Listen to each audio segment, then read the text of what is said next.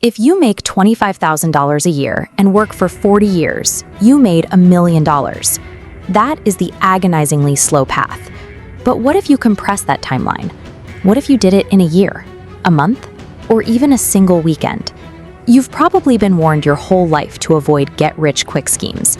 But society forgot to warn you about the stay broke for the rest of your life scheme. And most people have adopted that one by default.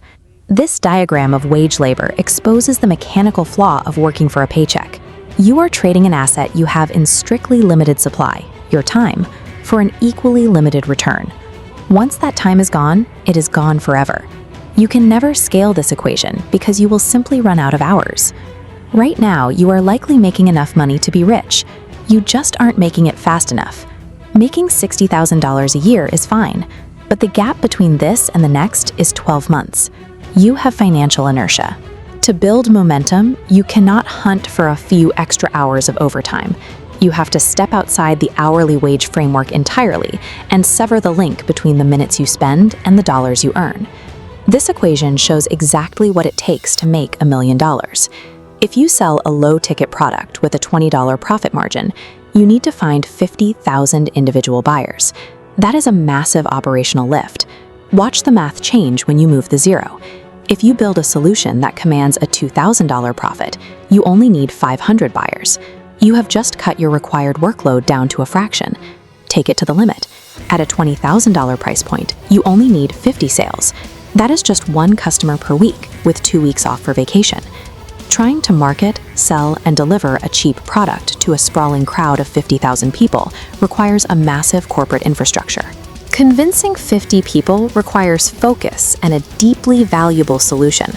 Scaling your wealth is a problem of psychological positioning, not mass marketing. You do not need to capture the entire market. You only need to mathematically justify a premium price to a tiny, specific slice of it.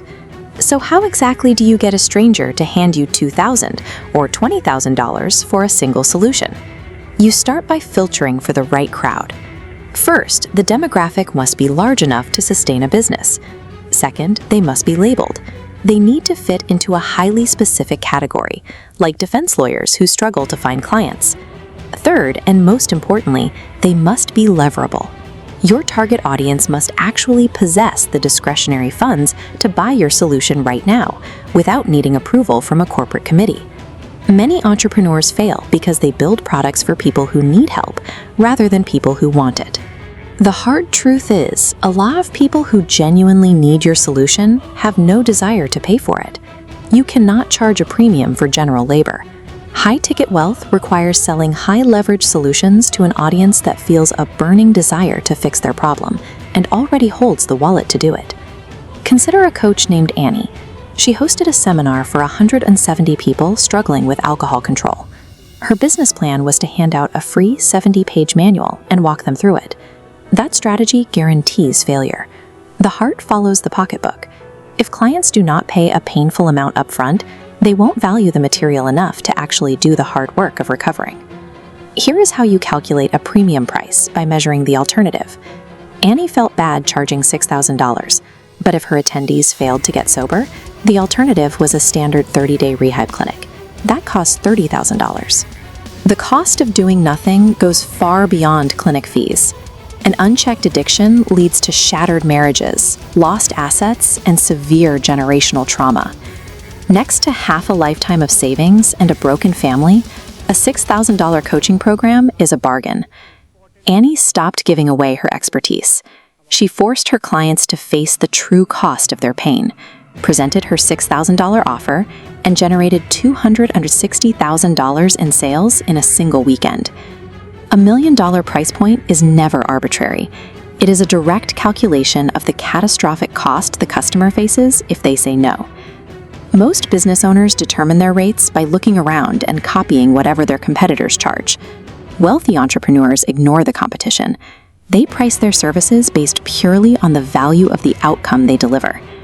Your biggest mental hurdle is your own competence. Because you know how to do something well, like cooking or complex plumbing, it feels easy to you. And because it feels easy, you assume everyone else can do it, stripping away its monetary value in your own mind. The market does not care if a task takes you 10 minutes or 10 hours. Consumers only care about the immediate relief your expertise brings to their lives. Stop looking for magic tricks. Take a painful problem you've already solved, calculate the agonizing cost of leaving that problem unchecked, and pitch your solution to the specific demographic desperate for a way out. The fastest path to your first million does not involve grinding through 40 years of overtime. It requires you to move the zero, recognize the value of your own solutions, and refuse to ever trade your time for money again.